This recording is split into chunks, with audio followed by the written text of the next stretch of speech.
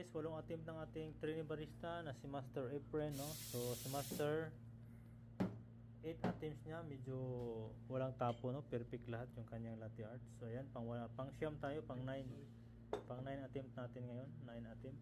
So ayan si Master Efren. Let's go.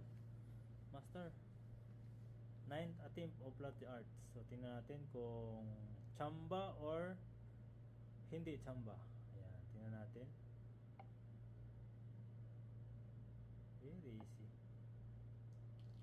Very easy.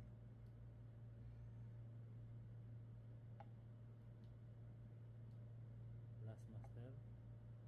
O, di ba? O ha? Okay.